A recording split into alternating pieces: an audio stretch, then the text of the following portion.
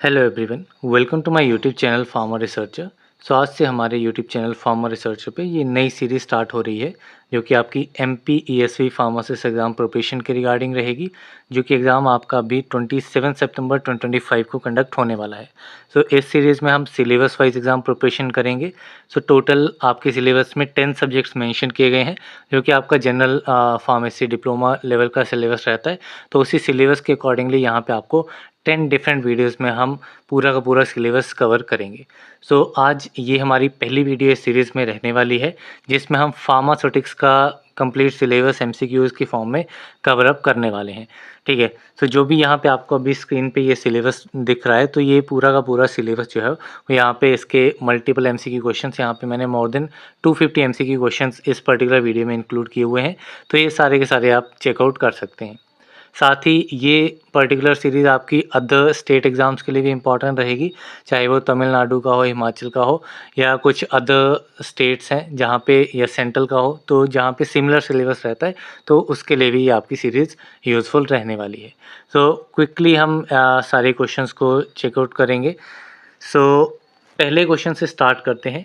So question start करने से पहले मैं आपको PDF के बारे में बता दूं कि जो भी क्वेश्चन हम यहाँ पे डिस्कस करेंगे उसकी PDF भी आपको प्रोवाइड की जाएगी, एंड PDF का लिंक जो है वो आपको डिस्क्रिप्शन बॉक्स में मिल जाएगा, तो आप डायरेक्टली PDF को डाउनलोड कर सकते हैं। तो चलिए पहले क्वेश्चन से हम स्टार्ट करेंगे। सो पहला क्वेश्चन है, dash can be defined as the physical form of a dose of chemical compound used as a drug और मेडिकेशन इंटेंडेड फॉर एडमिनिस्ट्रेशन और कंजम्पशन। तो ये आपकी सिंपल डेफिनेशन दी गई है, किसकी है ये? डोजेज फॉर्म की डेफिनेशन है कि डोजेज फॉर्म आपकी केमिकल कंपाउंड की जो डोज होती है, एक फिक्स डोज है, उसकी एक फिजिकल फॉर्म है जो कि ड्रग या फिर मेडिकेशन की तरह जो है वो जिसको यूज़ किया जाता है। सो डोजेज फॉर्म आपकी कोई भी हो सकती है, जैसे टेबलेट होगी, कैप्सूल होगी, लिक्विड डोजेज फॉर्म्स काफ़ी सारी आ जाती हैं, सिरप, सस्पेंशन, इमल्शन, तो ये सारी आपकी डोजेज फॉर्म्स कहलाती हैं। नेक्स्ट क्वेश्चन है, which of the following is the urethral dosage form? तो ये इसमें से यूरेथ्रल डोजेज फॉर्म कौन सी है? तो इसमें आपकी सपोजिटरीज जो है, ये आपकी इसमें सपोजिटरीज का एक टाइप आ जाता है यूरेथ्रल सपोजिटरीज, तो वो आपकी यूरेथ्रल डोजेज फॉर्म रहेगी। So option D is correct. Next question है, pessaries and forms are the example of dosage form. तो पेसरीज एंड फॉर्म्स ये आपकी वेजिनल डोजेज फॉर्म है, ठीक है, ये भी आपकी सपोजिटरीज के टाइप्स में आती हैं। नेक्स्ट क्वेश्चन है, which of the following is an example of external bulk solids? तो इनमें से एक्सटर्नल बल्क सॉलिड का एग्जाम्पल आइडेंटिफाई करना है। So among these options dusting powder जो है ये आपका एक्सटर्नल बल्क सॉलिड रहेगा। So option A is correct.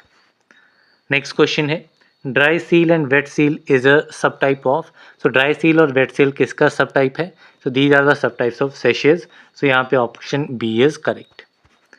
Next question है, dash copolymers are preferred for drug delivery because their chemical composition total molecular weight is easily changeable.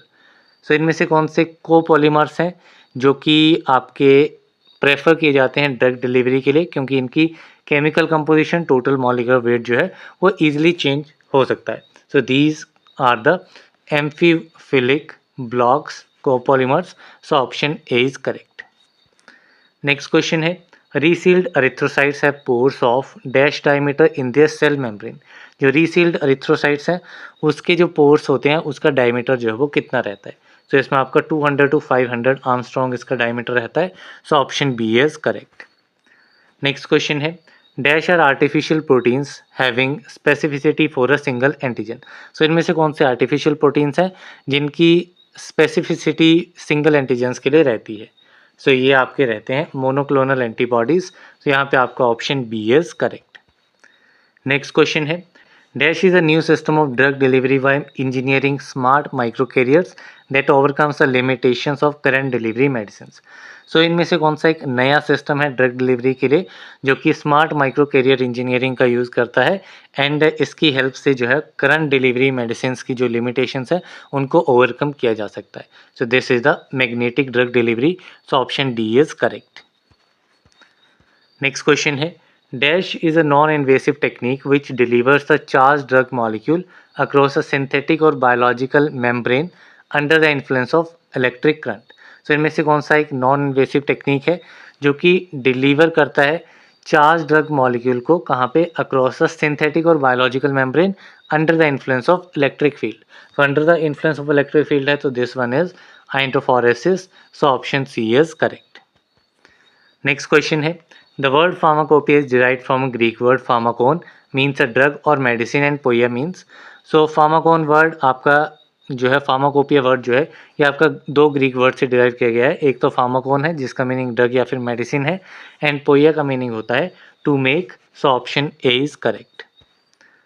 Next question है IP और any part of it has got legal status under. So Indian pharmacopoeia या फिर इसका जो भी कोई part रहेगा उसका लीगल स्टेटस जो है किस शेड्यूल के अंडर मिला है इसको। So it is given under second schedule of the drugs and cosmetic act 1940 and rules 1945, so option B is correct. Next question है who published Indian pharmacopoeia. So इनमें से इंडियन फार्माकोपिया को कौन publish करता है। So it is published by the IPC Indian pharmacopoeia commission, so option C is correct. Next question है IPC become fully operational from dash as an autonomous body. जो IPC है वो fully operational कब से बनी है। So it become fully operational from 1st of January 2009, so option C is correct. Next question है the actual process of publishing the first pharmacopoeia started in the year 1944 under the chairmanship of. So जो actual process था first Indian pharmacopoeia को publish करने का वो 1944 में start हुआ था। किसकी चेयरमैनशिप में ये स्टार्ट हुआ था। So it was started under the chairmanship of colonel R N. Chopra, so option A is correct. Next question है the IP list was first published in the year. So IP list जो है यहाँ पे list की बात की गई है, लिस्ट पहली बार कब पब्लिश हुई थी। सो लिस्ट जो है ये आपकी 1946 में पहली बार पब्लिश हुई थी, तो यहाँ पे आपका option B is correct. Next question है head office of Indian pharmacopoeia commission is situated at. So IPC का हेड ऑफिस जो है ये आपका गाजियाबाद में है, so option D is correct. Next question है first edition of Indian pharmacopoeia was published in. So Indian pharmacopoeia का पहला एडिशन कब पब्लिश हुआ था। So it was published in 1955, so option A is correct. Next question है supplement of first edition of Indian pharmacopoeia was published in. So first edition Indian pharmacopoeia का उसके supplements 1960 में आए थे, so option A is correct. Next question है the chairman of first edition of Indian pharmacopoeia was. So पहले edition के chairman कौन थे। So it was doctor V N. Ghosh, so option A is correct. Next question है the latest edition of Indian pharmacopoeia was published under the chairmanship of. तो जो latest edition है Indian pharmacopoeia का वो किसकी चेयरमैनशिप में पब्लिश हुआ है। तो ये आपका पब्लिश हुआ है डॉक्टर मनसुख मंडाविया की चेयरमैनशिप में, जो कि आपका 9th एडिशन है 2022 में जो है ये आपका पब्लिश हुआ है। नेक्स्ट क्वेश्चन है how many new monographs were added in IP 2022। So Indian pharmacopoeia 2022 में कितने नए मोनोग्राफ्स ऐड किए गए थे। So it was 92 monographs, so option B is correct. Next question है how many total number of monographs are there in latest edition. So Indian pharmacopoeia के जो latest edition है 2022 वाला उसमें कितने टोटल नंबर ऑफ मोनोग्राफ्स हैं। सो इसमें आपके टोटल 3155 मोनोग्राफ्स हैं, so option A is correct. Next question है second edition of Indian pharmacopoeia was published in the year 1966 and its supplement came in. So second edition 1966 में आया था and इसके supplements 1975 में आए थे, so option D is correct. Next question है dash edition of IP was published in the year 1985 and its addendum came in the year 1989 and 1991। So ये आपका थर्ड एडिशन था जो कि 1985 में आया था, तो यहाँ पे आपका option B is correct. Next question है the fifth edition of Indian pharmacopoeia was published in the year 2007 whereas its addendum was published in the year. जो पांचवा एडिशन है इंडियन फार्माकोपिया का वो 2007 में आया था एंड इसके एडेंडम्स जो हैं ये आपके 2008 में आए हैं, so option C is correct. Next question है dash of IP was published in the year 1996 and its addendum were published in the year 2000, 2002, 2005। तो ये आपका एडिशन था फोर्थ एडिशन, तो यहाँ पे आपका option A is correct. Next question है how many volumes are present in the Indian pharmacopoeia 2007? So 2007 वाले इंडियन फार्माकोपिया में टोटल 3 वॉल्यूम्स थी, so option B is correct. Next question है, in which year the first edition of British pharmacopoeia was published? तो British pharmacopoeia का पहला edition कब publish हुआ था? तो ये आपका 1864 में पब्लिश हुआ था, so option B is correct. Next question है, the first edition of British pharmacopoeia was compiled with the help of dash old and reputed pharmacopoeia. तो जो ब्रिटिश फार्माकोपिया का पहला एडिशन था, इसमें टोटल 3 डिफरेंट फार्माकोपियाज को सोर्स किया गया था, so option C is correct. Next question है, the second edition of British pharmacopoeia was published in, second edition कब पब्लिश हुआ था? तो ये आपका 1867 में पब्लिश हुआ था, so option C is correct. Next question है, the dash of British pharmacopoeia was published in the year 1885 with its addendum in 1819। So 1885 में कौन सा पब्लिश हुआ था, कौन सा एडिशन? तो ये आपका पब्लिश हुआ था third edition, so option B is correct. Next question है, the fifth edition of British pharmacopoeia published in dash that is little delayed. पांचवा एडिशन कब पब्लिश हुआ था? सो पांचवा एडिशन 1914 में पब्लिश हुआ था, so option C is correct. Next question है, dash system is use to measure new and non official remedies. इनमें से कौन सा सिस्टम जो है वो नए और नॉन ऑफिशियल रेमेडीज को मेजर करने के लिए यूज किया जाता है? So this system is metric system, so option D is correct. Next question है, dash is employed for weight and volume measurement and for writing and filling prescription. So weight और volume की measurements के लिए and prescription की writing and filling के लिए कौन सा सिस्टम जो है वो यूज़ किया जाता है? तो इसमें आपका अपोथेकेरी सिस्टम जो है वो यूज़ होता है, so option C is correct. Next question है, dash is defined as a measurement of gravitational force which act on the body. So gravitational force की मेजरमेंट जो कि बॉडी पे एक्ट करती है, तो ये आपका वेट रहता है, so option B is correct. Next question है, dash was the first system to be used by physicians and pharmacist for measurement. So पहला सिस्टम कौन था जो कि फिजिशियन और फार्मासिस्ट ने मेजरमेंट्स के लिए यूज़ किया था? तो ये फर्स्ट सिस्टम था आपका apothecary system, so option A is correct. Next question है, during conversion of imperial system to metric system the grain is replaced with. तो इंपीरियल सिस्टम को अगर मैट्रिक सिस्टम में कन्वर्ट करना है तो ग्रेन जो है वो किसके साथ रिप्लेस हो जाएगा? तो ग्रेन जो है ये आपका ग्राम्स के साथ रिप्लेस हो जाएगा, so option B is correct. Next question है, डैश मीन्स पार्ट्स पर 100 इन मैट्रिक सिस्टम। ठीक है, पार्ट्स पर 100 मैट्रिक सिस्टम में क्या है? तो पार्ट्स पर 100 जो है it is percentage, so option A is correct. Next question है, solutions to be used as an ophthalmic and injectable should be. So ऐसे सॉल्यूशंस जो कि आपको ऑप्थेल्मिक या फिर इंजेक्टेबल प्रिपरेशन उनकी बनानी है, तो इसमें क्या प्रॉपर्टीज़ होनी चाहिए? तो the solution should be isotonic, means इनका ऑस्मोटिक प्रेशर जो है वो सेम होना चाहिए as the body fluids. Next question है, which of the following method is not use for calculating isotonicity. इनमें से कौन सा मेथड आइसोटोनिसिटी को कैलकुलेट करने के लिए यूज़ नहीं किया जाता है? सो इसमें आपका फ्रीजिंग पॉइंट मेथड रहता है, graphical method and molecular weight method. Imperial method जो है ये आपका कैलकुलेशंस के लिए है, लेकिन आइसोटोनिसिटी की कैलकुलेशन के लिए ये नहीं रहता है, so option C is correct. Next question है, the freezing point of blood plasma and lacrimal secretion is.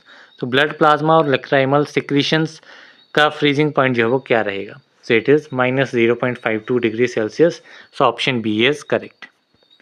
Next question है, calculate the quantity of sodium chloride required for 200 ml of a 0.9% solution.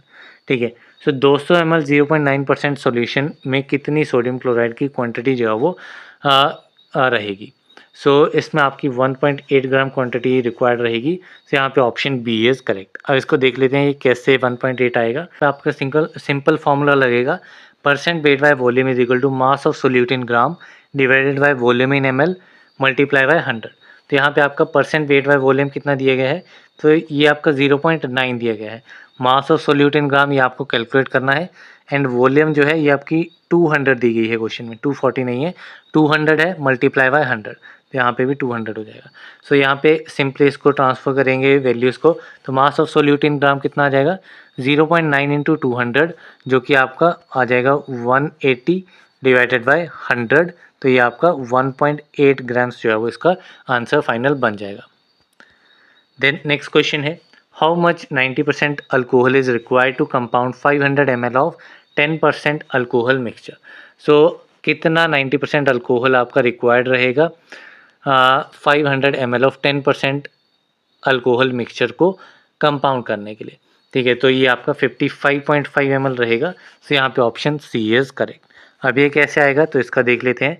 सबसे पहले हमें क्या क्या दिया गया है, वॉल्यूम रिक्वायर्ड है 500 ml, percentage of alcohol required है 10, परसेंटेज ऑफ अल्कोहल यूज है 90, volume of strong alcohol to be use, इसका फॉर्मूला आपका रहेगा कि volume required multiply by percentage required divided by percentage used. ठीक है, ये आपका फॉर्मूला सिंपल रहेगा। तो यहाँ पे आप सिंपली देखेंगे कि volume of strong alcohol to be used कितना रहेगा, तो 500 आपका ये आ जाएगा, मल्टीप्लाई किससे है, ठीक है, वॉल्यूम रिक्वायर्ड आपकी 500 है, परसेंटेज रिक्वायर्ड कितनी है 10% है, एंड परसेंटेज यूज़ कितनी की गई है, तो वो परसेंटेज यूज़ की गई है 90%। ठीक है, तो ये आपका 90 से डिवाइड हो जाएगा। तो इसको जब सॉल्व करेंगे तो ये आपका 55.5 ml जो है वो आ जाएगा। इसको खुद से एक बार सॉल्व कर लेना। यहाँ पे इसका फॉर्मूला थोड़ा सा ब्रैकेट नहीं लगाया हुआ है, तो एक ब्रैकेट यहाँ पे आएगा, दूसरा ब्रैकेट जो है वो आपका इस पोजीशन पे आएगा। देन नेक्स्ट क्वेश्चन है, how many grams of a drug are required to make 120 ml of 25% solution.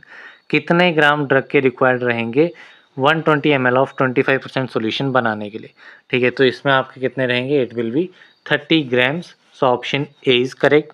कैसे 30 ग्राम्स आएगा, तो इसमें आपका सिंपल फॉर्मूला प्रोपोर्शन रेशियो जो है वो अप्लाई होगा, that is A ratio B is equal to C ratio D. ठीक है, इन दोनों का जो बेसिकली इक्वल नहीं होगा, इक्विवेलेंट रहेगा। ठीक है, मीन्स इन दोनों की रेशियो जो है वो इन दोनों की रेशियो के बराबर रहेगी। फॉर एग्जांपल 1:2 जो है ये आपकी इक्विवेलेंट रहेगी 2:4 के। ठीक है, तो इस तरीके से ये रहेगा। तो जहाँ पे ए एंड बी जो है वो एक्सट्रीम्स होंगे बी एंड सी के, मीन्स इनका प्रोडक्ट जो है ए मल्टीप्लाई बाय डी जो है वो आपका बी मल्टीप्लाई बाय सी के इक्वल रहेगा। तो इसको अभी हम देख लेते हैं कहाँ कहाँ पे क्या क्या चीज़ें दी गई हैं। तो सबसे पहले आपके पास 25% जो है वो सॉल्यूशन दिए है। 25% मीन्स 25 ग्राम इन 100 ml सॉल्यूशन। तो ये 25% का मीनिंग रहता है। तो यहाँ पे एंड हमें बनाना कितना है, 120 ml हमें बनाना है। तो सिंपली आप देखेंगे तो ये आपका आ जाएगा 25:100 है, एंड ये आपका सिमिलर इक्वल रहेगा x:120। तो इसको हम देखेंगे तो इन दोनों का product means 100x is equal to 120/25 ये रहेगा। x आप कैलकुलेट कर लेंगे 120 मल्टीप्लाई बाय 50 डिवाइडेड बाय 100। ठीक है, 25 4 जा एंड ये आपका 4 3 जा एंड ये 3, तो ये आपका 30 ग्राम बन जाएगा। इसको आप जो भी न्यूमेरिकल मैं यहाँ पे बताऊँगा वो आप खुद से सॉल्व करना, तब आपकी ज़्यादा बेटर प्रैक्टिस होगी। नेक्स्ट क्वेश्चन है, how many grams of solute are needed to prepare 24 to 40 grams of 12% weight by weight solution. तो सिमिलर टाइप ऑफ क्वेश्चन है, यहाँ पे भी आपका फॉर्मूला प्रोपोर्शन रेशियो लगेगा, तो इसको आप खुद से सॉल्व करना। तो इसका आंसर जो है 28.8 ग्राम जो है बन जाएगा। So option C is correct. Next question है, अगेन ये भी आपका फॉर्मूला प्रोपोर्शन रेशियो से होगा, तो इसको भी आप खुद से ट्राई करना ताकि आपकी प्रैक्टिस जो है इसमें हो जाए। नेक्स्ट क्वेश्चन है, calculate the quantity of dextrose required to make solution isotonic with blood plasma. The molecular weight of dextrose is 180 and is non ionizing. यहाँ पे हमें डेक्सट्रोज कितना रिक्वायर्ड रहेगा सॉल्यूशन को आइसोटोनिक बनाने के लिए, जबकि मॉलिक्यूलर वेट डेक्सट्रोज का दिया गया है 180 एंड ये आपका नॉन आयनाइजिंग है। तो इसमें आपका सिंपली 5.4 ग्राम इसका आंसर आएगा, जो कि आपका ऑप्शन नंबर बी में दिया गया है। कैसे ये आंसर आएगा, तो इसमें आपका सिंपल फॉर्मूला लगेगा। ठीक है, तो यहाँ पे मैंने दोनों फार्मूलाज मेंशन किए हैं। अगर नॉन आयनाइजिंग सब्सटेंस है तो उस केस में फॉर्मूला रहेगा weight by volume percentage of substance required is equal to 0.03% multiply by gram molecular weight. And ionising substance के लिए है कि weight by weight percentage of substance required is equal to 0.03% multiply by gram molecular weight by number of ions yielded by the molecule. So हमारा जो है ये आपका non ionising है। सिंपल फार्मूला लगेगा 0.03% multiply by gram molecular weight, ये दिया गया है 180, सिंपली आपका 5.4 जो है वो आंसर आ जाएगा। नेक्स्ट क्वेश्चन है, find the proportion of sodium chloride required to make 0.5% solution of potassium chloride isotonic with the blood plasma. Sodium chloride equivalent of 0.5% potassium chloride is 0.76. तो इसमें आपका 0.52 ग्राम जो है वो इसका ऑप्शन ए करेक्ट आंसर रहेगा. कैसे ये आंसर आएगा तो इसको एक बार देख लेते हैं. तो यहाँ पे आप अपने पास गिवन सॉल्यूशन दिया गया है जो कि आपका आइसोटोनिक नहीं है, वो है आपका 0.5% KCl. Then E value KCl की दी गई है 0.76. एंड फॉर्मूला क्या हम इसमें लगाएंगे. सो फॉर्मूला आएगा amount of NaCl required is equal to 0.9 minus percentage of drug multiply by E value. ठीक है, सिंपल फॉर्मूला है. तो 0.9 आपकी एज इट इज़ वैल्यू आ जाएगी. परसेंटेज कितनी दी गई है तो परसेंटेज आपकी है 0.5% दी गई है, यहाँ पे आ गई. ई वैल्यू आपकी कितनी दी गई है, ये आपकी 0.76 आ गई. तो सिंपल आपका 0.52 ग्राम जो है वो इसमें आ जाएगा. तो यही आपका करेक्ट आंसर रहेगा. द नेक्स्ट क्वेश्चन है dash coloured glass containers provide protection to light sensitive products. किस टाइप के ग्लास कंटेनर्स जो हैं वो लाइट प्रोटेक्शन प्रोवाइड करते हैं लाइट सेंसिटिव प्रोडक्ट्स के लिए. सो ये आपके कलर्ड ग्लास कंटेनर्स रहते हैं, amber coloured glass containers. So option B is correct. Next question है how many types of glass are used in pharmaceutical industry. Pharmaceutical industry में कितने टाइप्स के ग्लास जो हैं वो आपके यूज़ किए जाते हैं. सो इसमें आपके टोटल 4 टाइप्स के ग्लास यूज़ होते हैं. So option D is correct. 4 types के कौन से हैं. टाइप 1 जो है आपका आ जाता है बोरोसिलिकेट ग्लास. ठीक है. टाइप 2 जो है ये आपका ट्रीटेड सोडा लाइम ग्लास जिसके लिए टेस्ट जो है ये आपका वाटर अटैक टेस्ट जो है पॉजिटिव देगा. सो ये भी आपका वाटर अटैक टेस्ट वाला भी इंपॉर्टेंट है, नाम भी इसमें इंपॉर्टेंट है. थर्ड आपका सोडा लाइम ग्लास आ जाता है, soda lime glass. And type 4 जो है ये आपका general purpose soda lime glass या फिर जनरल पर्पस आपका ग्लास जो है वो रहता है. सो ये 4 टाइप के आपको ग्लास याद रखने हैं. बाकी पाउडर्ड ग्लास टेस्ट, ठीक है, ये आपको याद रखना है. पाउडर्ड ग्लास टेस्ट रहता है जो कि आपका टाइप 1, 3 एंड 4 के लिए रहता है. वाटर अटैक टेस्ट आपने देख लिया जो कि आपका टाइप 2 ग्लासेस के लिए रहता है. नेक्स्ट क्वेश्चन है which type of glass is use in containers for tablets oral solutions and ointments. कौन सा ग्लास है जो कि tablet oral solution and ointments के कंटेनर्स में यूज़ किया जाता है. तो ये आपका general purpose soda lime glass है जो कि आपका टाइप 4 ग्लास रहता है. So option B is correct. Next question है dash colour glass provides protection against IR rays. किस कलर का ग्लास जो है वो आपका IR रेज के अगेंस्ट प्रोटेक्शन प्रोवाइड करता है. तो ये आपका है green coloured glass. Option A is correct. Next question है dash coating provides protection to the steel vessel from corrosion before fabrication. So कौन सी टाइप की कोटिंग जो है वो ये स्टील वेस्ट से प्रोटेक्शन प्रोवाइड करती है कोरोजन के अगेंस्ट. सो ये आपका रहता है chromium oxide coated steel. So option D is correct. Next question है the process in which the particle size of a substance is reduced from its smaller size to a finer state of subdivision is known as. तो ये process बड़े size से smaller size में convert करने का ये आपका size reduction रहता है. So option D is correct. Next question है why reducing the size of particles the surface area of drug gets. तो जैसे ही हम पार्टिकल साइज रिड्यूस करेंगे तो सरफेस एरिया ड्रग का जो है वो आपका बढ़ जाएगा. तो यहाँ पे आपका option C increase is correct. Next question है in dash method pressure is applied on the material so that it gets crushed into smaller size particle. तो इनमें से किस मेथड में मटेरियल के ऊपर जो है प्रेशर अप्लाई किया जाता है जिसकी वजह से वो क्रश होकर के स्मॉल पार्टिकल्स में कन्वर्ट हो जाता है. तो ये मेथड है आपका compression method. So option C is correct. Next question है roller mill is use in. So roller mill जो है ये आपकी कंप्रेशन मेथड पे काम करती है. ठीक है, इसका प्रिंसिपल अगर पूछा जाएगा तो कंप्रेशन आप कहेंगे. So option A is correct.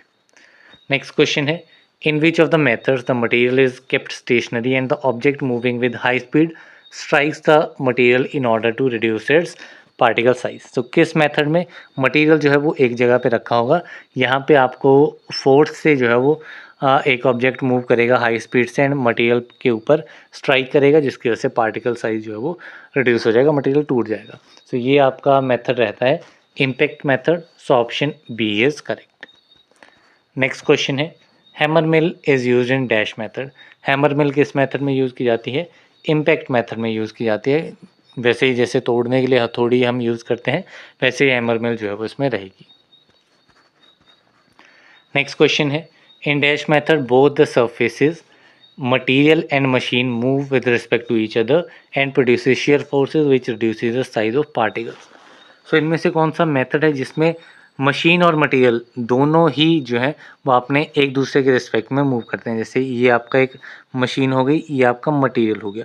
तो मटेरियल जो है वो इस साइड को मूव करेगा, मशीन जो है वो इस साइड को मूव करेगी एंड ये शेयर फोर्सेस प्रोड्यूस करेंगी जिसकी वजह से पार्टिकल साइज जो है वो रिड्यूस हो जाएगा। तो ये आपका रहता है एट्रीशन मेथड। तो option B is correct. Next question है, which of the following mills is use in attrition method? इनमें से कौन से मेल जो है वो एट्रीशन मेथड में यूज़ की जाती है? सो ये मेल है आपकी फ्लूइड एनर्जी मिल। हालांकि फ्लूइड एनर्जी मिल जो है वो attrition as well as impact method दोनों ही मेथड जो है फॉलो करती है। नेक्स्ट क्वेश्चन है, which of the following method is use when a mixture of fine powder is to be mixed with in mortar? So इनमें से कौन सा मेथड जो है वो यूज़ किया जाएगा जब फाइन पाउडर्स का मिक्सचर जो है वो हमें मोर्टार में जो है मिक्स करना है? सो ये आपका मेथड रहता है trituration method. So option D is correct. Next question है, dash is a process in which substance is powdered with the help of another substance that can be easily separated after the completion। तो इनमें से कौन सा method है जिसमें substance को जो है वो पाउडर किया जाता है एक other substance, means a substance है, इसको हमें पाउडर करना है एंड इसको पाउडर करने के लिए हम एक सब्सटेंस बी यूज़ करेंगे एंड इसकी हेल्प से इसको हम जो है वो रिड्यूस कर देंगे, इसका साइज़ रिड्यूस कर देंगे एंड बाद में इस बी सब्सटेंस को हम इजीली सेपरेट भी कर सकते हैं। सो ये आपका मेथड कौन सा रहता है? So this method is pulverisation. So option A is correct. Next question है, dash is the process in which a substance is reduced to extremely fine state of subdivision by rubbing it in a glass mortar or on a slab by using insoluble liquid। तो यहाँ पे बात आ गई है insoluble liquid का use करके। तो जब इनसॉल्युबल लिक्विड का यूज़ आएगा साइज रिड्यूस करने के लिए तो वो आपका मेथड रहेगा levigation method. So option C is correct. Next question है, dash powders are use in pyrotechnic ceramics and paints. So इनमें से कौन से पाउडर्स जो हैं वो pyrotechnics and ceramics and paints में यूज़ किए जाते हैं? सो these powders are super fine powders. So option B is correct. Next question है, the fluid energy mill is also known as. Fluid energy mill को jet mill, micronise mills, ultrafine grinders सभी नामों से जाना जाता है। So option D all of the above is correct. Next question है, fluid energy mill works on the principle of attrition and. Fluid energy mill attrition and impact दोनों principle पे काम करता है। So option D is correct. Next question है, dash are modified hammer mills of simple and strong construction. तो इनमें से hammer mill का मॉडिफाइड वर्जन कौन सा है? तो ये आपका है disintegrators. So option A is correct. Next question है, dash are use for coarse grinding of the soft and medium hard mineral products. तो इनमें से किस मिल का यूज़ किया जाता है कोर्स ग्राइंडिंग के लिए? जो भी आपके soft medium hard mineral products होंगे उनकी कोर्स ग्राइंडिंग के लिए इनका यूज़ किया जाता है। तो ये आपके रहते हैं disintegrators. So option B is correct. Next question है, hollow cylinder is the part of. Hollow cylinder किसका पार्ट है? So it is a part of ball mill. So option D is correct. Next question है, dash is also known as sieving और screening और sifting और classifying. So sieving, screening, sifting, classifying किसे कहा जाता है? तो these are the other names for size separation. So option B is correct. Next question है, all the particles of dash pass through sieve number 10। सो कौन से पार्टिकल्स हैं जो कि सीव नंबर 10 से कम्प्लीटली पास हो जाते हैं? सो these are the coarse powders. So option B is correct. Next question है, all the particles of coarse powder pass by a sieve number 10 having nominal mesh aperture। अब कोर्स पाउडर जो है उसका nominal aperture कितना रहता है? ठीक है, सो इसका नॉमिनल अपर्चर जो है ये आपका रहता है 1700 micrometre. So option A is correct. Next question है, the particle of dash pass through sieve number 22। तो सीव नंबर 22 से पास होने वाले पार्टिकल्स हैं आपके moderately coarse powders. So option D is correct. Next question है all the particles of moderately coarse powder pass through sieve number 22 having the nominal mesh aperture of. अब यहाँ पे सीव नंबर 22 बोला गया है तो इसका नॉमिनल मैश अपर्चर बताना है। So it is 710 micrometer. So option B is correct. Next question है all the particles of dash pass through sieve number 44 having the nominal mesh aperture of 355 micrometer. ठीक है, ये सारे पार्टिकल्स जो हैं moderately fine powders रहते हैं जो कि आपके सीव नंबर 44 से कम्प्लीटली पास हो जाते हैं, जिनका नॉमिनल मैश अपर्चर 355 माइक्रोमीटर है। नेक्स्ट क्वेश्चन है the particle of dash pass through a sieve number 85 having the nominal mesh aperture of 180 micrometre. So particles आपके फाइन पाउडर के रहेंगे जो कि आपके सीव नंबर 85 से कम्प्लीटली पास हो जाएंगे, जिनका नॉमिनल मैश अपर्चर 180 माइक्रोमीटर है। So option A is correct. Next question है all the particles of dash pass through sieve number 120 having the nominal mesh aperture of 125 micrometre. So ये आपके हैं very fine powders. So option A is correct. Next question है in dash powder the number of particle is not less than 90% and is less than 10 micrometer in size। सो ये आपके powders रहते हैं super fine powders, जिनमें 90% particles जो हैं वो आपके 10 माइक्रोमीटर साइज से कम के होते हैं। सो यहाँ पे आपका option C is correct. Next question है the particles of dash powder are not less than 90% by weight must pass through sieve number 350 having the nominal mesh aperture of 45 micrometre. तो ये आपके हैं microfine powders. So option B is correct. Then next question है dash works on the principle of oscillating agitation by eccentric mechanism. तो इनमें से कौन सा साइज सेपरेशन ऑपरेटर्स जो है ये आपका ऑसिलेटिंग एजिटेशन प्रिंसिपल पे काम करता है by eccentric mechanism. So this one is Rotex screen. So option B is correct. Next question है in dash method the sieves are arranged such that coarsest one is on top and the finest one is at the bottom। so इनमें से किस method में जो sieves के arrangement है वो इस वे में होगी कि जो सबसे नीचे सीव है वो आपकी फाइनेस्ट वन होगी, मीन्स इसमें आपके सबसे फाइन पार्टिकल्स कलेक्ट होंगे, एंड जो आपकी सबसे ऊपर रहेगी इसमें आपके सबसे कोर्स मीन्स सबसे साइज़ में जो बड़े साइज़ के पार्टिकल्स होंगे वो ऊपर रहेंगे, सबसे छोटे होंगे वो नीचे रहेंगे। तो ये आपका रहता है Rotap sieve shaker. So option B is correct. Next question है gyratory method is also known as. तो gyratory method Rotap sieve shaker को ही कहा जाता है। So option A is correct.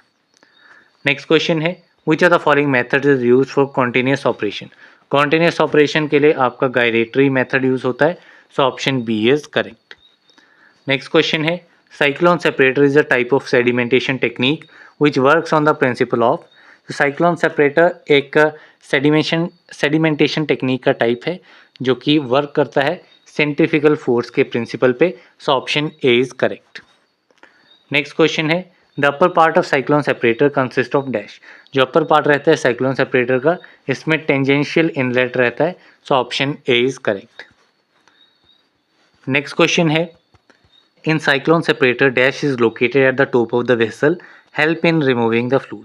तो साइक्लोन सेपरेटर में वेसल के टॉप पे क्या चीज़ प्रेजेंट होती है जो कि फ्लूड रिमूवल के लिए यूजफुल होती है। तो ये आपका है fluid outlet. So option A is correct.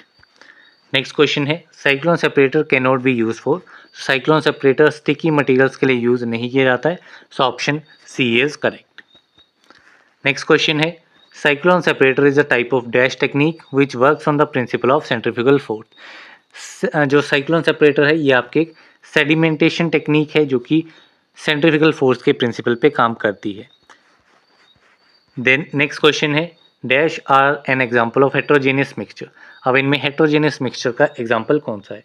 So heterogeneous mixture में आपका इमल्शंस आ जाएगा। सो यहाँ पे आपका option D is correct. Next question है mixing of liquids and soluble solids are known as dash mixing. So liquid and soluble solid की mixing को कहा जाता है homogeneous mixing. So option A is correct. Next question है mixing of liquids and insoluble solid is known as. अब liquid और insoluble solid की mixing को हेट्रोजेनियस मिक्सिंग कहा जाता है। So option C is correct. Next question है dash is the basic mechanism of mixing and is influenced by the thermal motion of the molecule. तो इनमें से कौन सा एक बेसिक मैकेनिज्म है मिक्सिंग का एंड मॉलिक्यूल्स के थर्मल मोशन के साथ ये इन्फ्लुएंस होता है। तो ये आपका है molecular diffusion. So option B is correct. Next question है dash mixing is use in pharmaceutical industries for the formulation of various types of products such as tablet, powder and capsule. तो इनमें से कौन सी टाइप की mixing जो है pharmaceutical industries में यूज़ की जाती है टैबलेट, पाउडर, कैप्सूल जैसी फॉर्मुलेशंस की मिक्सिंग के लिए? तो ये आपकी रहती है solid solid mixing. So option B is correct. Next question है convective mixing is also termed as. तो कन्वेक्टिव मिक्सिंग जो है इसको मैक्रो मिक्सिंग भी कहा जाता है। So option A is correct. Next question है in dash powder inversion is carried out with the help of paddles और ब्लेड्स और स्क्रू एलिमेंट्स। तो इनमें से किस टाइप की मिक्सिंग में जो पाउडर इन्वर्जन है वो कैरी आउट की जाती है पेडल एंड ब्लेड्स या फिर स्क्रू एलिमेंट्स की हेल्प से? तो ये आपकी कहलाती है convective mixing. So option B is correct. Next question है diffusive mixing is also termed as. Diffusive mixing को माइक्रो मिक्सिंग कहा जाता है। Option A correct. Next question है in dash type of mixing the position of particle alters in relation to one another as particles move randomly in the powder bed. तो किस type की mixing में जो position होती है particles की वो अल्टर कर जाती है इन एक दूसरे के कंपैरिजन में एंड पार्टिकल्स जो हैं वो आपके रैंडमली मूव करते हैं पाउडर बेड में? सो ये आपकी मिक्सिंग टाइप रहती है diffusive mixing. So option B is correct. Next question है the method in which powders are kept either on a porcelain tile और on a paper sheet is mixed with spatula is known as. So ये method जिसमें powder को either porcelain tile या फिर paper sheet पे रखा जाता है एंड उसको स्पैचुला के साथ मिक्स किया जाता है, तो ये टेक्निक है आपकी spatulation. So option A is correct. Next question है dash method is use to reduce the particle size of coarse substances and for mixing of powder. So इनमें से कौन सा मेथड है जो कि कोर्स सब्सटेंसेस के पार्टिकल साइज को रिड्यूस करने के लिए यूज़ किया जाता है एंड पाउडर्स की मिक्सिंग के लिए भी यूज़ होता है? So this method is trituration. So option C is correct. Next question है dash is used when potent substance are mix with large amount of diluent. जब पोटेंट सब्सटेंस को large amount of diluent के साथ mix किया जाएगा तो ये method आपका होता है geometric dilution. So option B is correct. Next question है dash method involves mixing powder in large container rotated by electric motor. So कौन सा मेथड है जिसमें पाउडर्स की मिक्सिंग लार्ज कंटेनर में होती है एंड उसको इलेक्ट्रिक मोटर की हेल्प से रोटेट किया जाता है? तो ये मेथड आपका रहता है tumbling method. So option C is correct. Next question है dash process is use for preparing suspensions and emulsion. तो इनमें से कौन सा प्रोसेस है जो कि सस्पेंशन या इमल्शंस की प्रिपरेशन के लिए यूज़ किया जाता है? सो ये प्रोसेस आपका कहलाता है homogenization. So option D is correct. Next question है Silverson emulsifier works on the principle of. Silverson emulsifier किस प्रिंसिपल पे काम करता है? So it works on the principle of shearing forces. So option C is correct. Next question है dash consist of long supporting columns connected to a motor providing support to the head. So इनमें से कौन सा operators है instrument है जिसमें long supporting columns रहते हैं जो कि एक मोटर से कनेक्टेड होते हैं जो कि आपका हेड को सपोर्ट प्रोवाइड करता है? तो ये आपका रहता है Silverson emulsifier. So option D is correct. Next question है in a dash the mixing blade rotates in a planetary motion within the mixing bowl. So इनमें से किस टाइप के मिक्सर में एक मिक्सिंग ब्लेड जो है वो एक प्लेनेटरी मोशन में रोटेट करता है within the mixing bowl? ठीक है, नाम से क्लियर हो रहा है it is a planetary mixer. So option C is correct. Next question है dash mixer is use for mixing dry and wet powders light paste gels and doughs. So इनमें से कौन सा मिक्सर है जो कि ड्राई और वेट पाउडर्स की मिक्सिंग के लिए यूज़ किया जाता है as well as light paste gels and dogs की मिक्सिंग के लिए इसका यूज़ होता है? तो ये मिक्सर है आपका planetary mixer. So option A is correct. Next question है dash are mechanical devices use for mixing the liquid materials with the help of blades और इम्पेलर्स। तो इनमें से कौन से मैकेनिकल डिवाइसेस हैं जो कि लिक्विड मटेरियल की मिक्सिंग के लिए, यहाँ पे याद रखना लिक्विड मटेरियल की मिक्सिंग के लिए यूज़ किए जाते हैं with the help of blades और इम्पेलर्स? सो ये आपके मैकेनिकल डिवाइसेस होते हैं propellers so option B is correct. Next question है द सस्पेंशन ऑफ सॉलिड और liquid to be filtered is known as. So solid या फिर लिक्विड की जो सस्पेंशन है जिसको हमें फिल्टर करना है, सो वो सस्पेंशन क्या कहलाती है? That suspension is known as slurry. So option D is correct. Next question है the accumulated solids on the filter media refer to as. तो जो एक्यूमुलेटेड सॉलिड्स होते हैं फिल्टर मीडिया पे वो क्या कहलाता है? So that is known as filter cake. So option B is correct. Next question है the clear liquid passing through the filter is known as. ठीक है, आपका जैसे फनल पे हम फिल्टर पेपर लगाते हैं, यहाँ पे आपका कुछ मटेरियल जो इनसॉल्युबल है वो आपका ऊपर रह गया, वो आपका फिल्टर केक हो गया।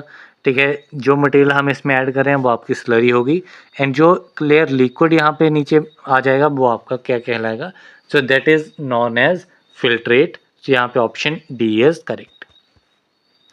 नेक्स्ट क्वेश्चन है dash consist of pure cellulose और सेलुलोस डेरिवेटिव्स और नाइलॉन, टेफ्लॉन, पॉलीविनाइल क्लोराइड और सिल्वर। सो इनमें से किस टाइप के फिल्टर में जो है वो प्योर सेलुलोस होता है या सेलुलोस डेरिवेटिव्स होते हैं? यहाँ पे नाम दिए गए।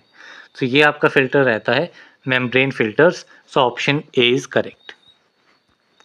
नेक्स्ट क्वेश्चन है dash consist of borosilicate glass having a flat और convex plate as the filtering medium. So इनमें से बोरोसिलिकेट ग्लास जो है वो किस पर्टिकुलर फिल्टर में प्रेजेंट होगा जिसमें फ्लैट या फिर कन्वेक्स प्लेट रहती है जो कि फिल्टरिंग मीडियम का काम करती है? सो ये आपका मीडियम रहता है sintered glass filter. So option B is correct. Next question है dash are examples of bacteria proof filter. तो बैक्टीरिया प्रूफ फिल्टर्स के एग्जाम्पल्स कौन कौन से हैं? तो इसमें आपका चेम्बरलैंड फिल्टर जो है ये आपका बैक्टीरिया प्रूफ फिल्टर में आएगा। So option D is correct. Next question है dash are use in clarification of liquids containing slimy compressible materials.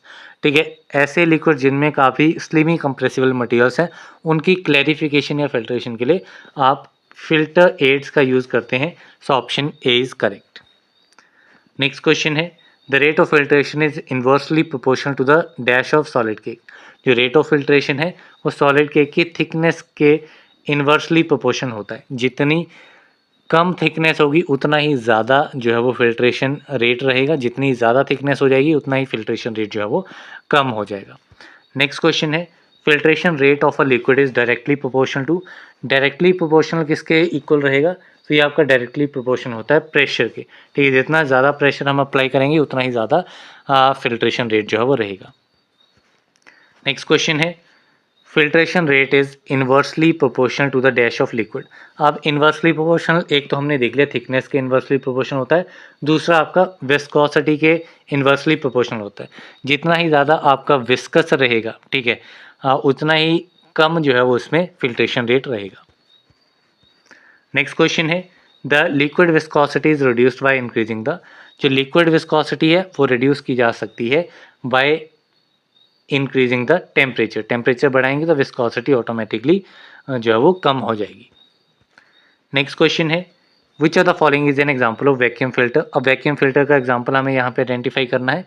तो वैक्यूम फिल्टर्स में आपका फिल्टर लीफ जो है ये आपका वैक्यूम फिल्टर में आता है। So option D is correct. Next question है dash remove small amount of solids. Small amount of solids को रिमूव करना है तो उसके लिए आपका यूज़ किया जाता है clarifying filters. So option A is correct. Next question है plate and frame filter press works on the principle of. तो जो plate and frame filter press है किस प्रिंसिपल पे काम करते हैं? So they work on the principle of surface filtration. So option B is correct. Next question है dash is a process in which relatively small amount of suspended solid not exceeding 0.15% present are removed without using filters. तो इनमें से कौन सा ऐसा process है जिसमें काफ़ी जो स्मॉल अमाउंट के सस्पेंडेड सॉलिड्स होते हैं जिसमें आपका 0.15% तक, ठीक है, इस कंसनट्रेशन में अगर कोई सॉलिड प्रेजेंट होगा तो उसको रिमूव करने के लिए जो प्रोसेस होता है that is known as clarification. तो option A is correct. Next question है Dorr thickener is an example of. तो डोर थिकनर किसका एग्जाम्पल है? तो Dorr thickener is an example of continuous sedimentation. So option A is correct. Next question है dash sedimentation is used for clarification of fixed oil. किस type की sedimentation fixed oil की clarification के लिए use की जाती है? तो ये आपका रहता है gravitational sedimentation, so option B is correct. Next question है, dash is the simple method use in analytical laboratories for washing the magmas और जेलेटिनस प्रेसिपिटेट्स। कौन सा मेथड है जो कि एनालिटिकल लेबोरेटरीज में यूज़ किया जाता है मैग्मास एंड जेलेटिनस प्रेसिपिटेट्स की वॉशिंग के लिए? सो ये आपका रहता है decantation method, so option A is correct. Next question है, dash method is use for effectively removing clarified supernate liquid. Clarified supernate liquid की रिमूवल के लिए इफेक्टिव मेथड कौन सा है? So this method is siphoning, so option A is correct.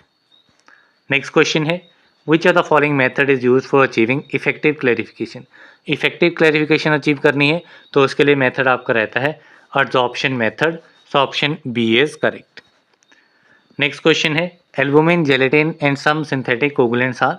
तो albumin, gelatin और कुछ सिंथेटिक कोगुलेंट्स जो हैं ये आपके एज ए क्लैरिफाइंग एजेंट्स की तरह यूज होते हैं, so option D is correct. Next question है, the process of separating medicinally active constituents of plant and animal tissues with the help of selective solvents and standard procedures is termed as। ठीक है, आपको separate करना है medicinally active constituents को plant और animal tissues के, and इसमें हम कुछ सेलेक्टिव सॉल्वेंट्स का यूज़ करते हैं एंड स्टैंडर्ड प्रोसीजर को फॉलो करते हैं। तो ये मेथड आपका कहलाता है एक्सट्रैक्शन, तो यहाँ पे आपका option D is correct. Next question है, the undissolved residue left behind during extraction is termed as. So जो अनडिजॉल्व्ड रेजिड्यू बच जाता है एक्सट्रैक्शन के दौरान तो वो क्या कहलाता है? So that is known as marc, so option C is correct. Next question है, the selective solvent in standardize extraction procedure is known as. तो जो सेलेक्टिव सॉल्वेंट हम यूज़ करते हैं एक्सट्रैक्शन प्रोसेस के दौरान, so that solvent is known as menstruum, so option A is correct. Next question है, which are the following is an example of organize drug. Organize drug का example यहाँ पे हमें आइडेंटिफाई करना है। ऑर्गेनाइज ड्रग मीन्स जो आपका direct plant part से जो है वो ऑब्टेन होता है, जैसे कि आपकी रूट्स जो हैं वो डायरेक्ट प्लांट पार्ट से ऑब्टेन होती हैं। टिंक्चर, ओलियो रेजिन्स, गम रेजिन्स, या आपकी सिक्रीशंस या फ्लूट्स इस टाइप की प्रिपरेशन रहती हैं। These are not the direct plant parts, so ये आपके अनऑर्गेनाइज में आएंगे। नेक्स्ट क्वेश्चन है, which are the following is an example of unorganize drug. Unorganize drug का एग्जाम्पल कौन सा है? सो अनऑर्गेनाइज ड्रग में यहाँ पे आपका आ जाएगा गम रेजिन्स। सो गम रेजिन हमने देखा था, so it is unorganize drug. बाकी root, stem, leaves direct plant part हैं, सो these are the organize drugs. Next question है, percolation or process P is also termed as. Percolation जिसे प्रोसेस पी भी कहा जाता है, सो इसका एक और अनदर नाम रहता है एंड वो नाम रहता है lixiviation, so option B is correct. Next question है, tincture of myrrh and compound tincture of benzoin are examples of products prepared by. तो जो टिंक्चर ऑफ मेर है या कंपाउंड टिंक्चर है बेंजोइन का, ये किस टाइप की मैसोरेशन से प्रिपेयर किए जाते हैं? तो they are prepared by simple maceration, so option B is correct. Next question है, dash are prepared by process of fermentation for a specific time period after boiling the main decoction substance and adding other ingredient. तो इनमें से कौन सी preparation है? तो basically ये सारी आपकी आयुर्वेदिक प्रिपरेशन है, यहाँ पे हमें आइडेंटिफाई करना है। सो फर्मेंटेशन प्रोसेस से कौन सी प्रिपेयर की जाती है, एंड फर्मेंटेशन प्रोसेस आपका स्पेसिफिक टाइम पीरियड के लिए रहता है जब आप मेन डिकॉक्शन को बॉयल करते हैं एंड देन उसमें अदर इंग्रेडिएंट्स को ऐड करते हैं। तो ये आपकी प्रिपरेशन रहती है arishtas, so option B is correct. Next question है, dash are prepared by the process of fermentation for a prescribed time after mixing all specified ingredients with required quantity of unboiled water. So इनमें से कौन सी preparation है जो कि again आपकी fermentation process से एक प्रेस्क्राइब टाइम के लिए जो है वो प्रेस्क्राइब टाइम में प्रिपेयर की जाती है?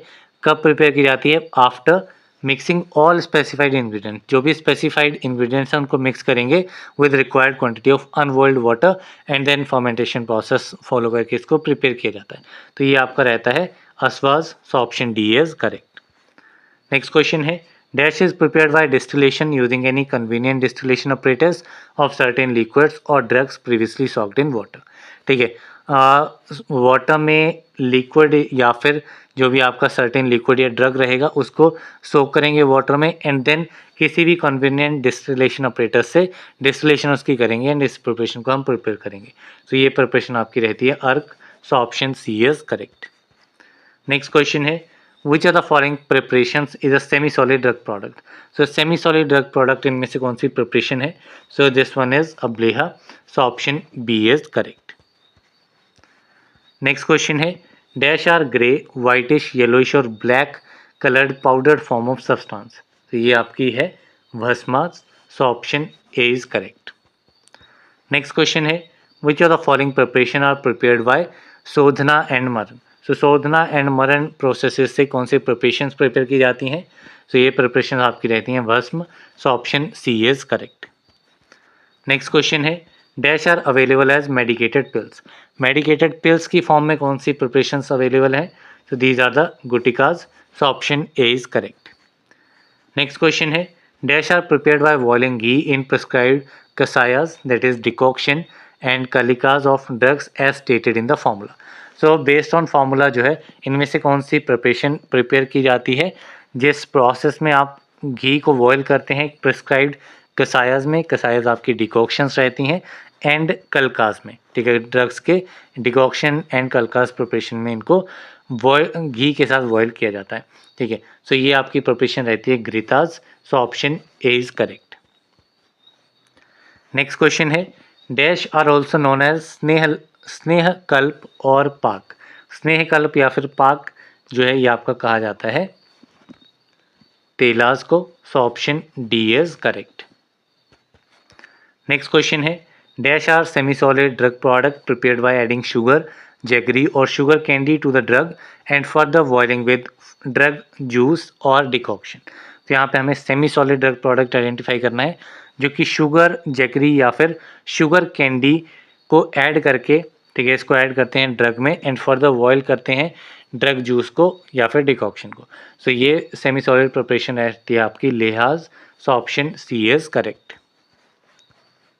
नेक्स्ट क्वेश्चन है dash are alkaline in nature and are prepared from ash of drugs.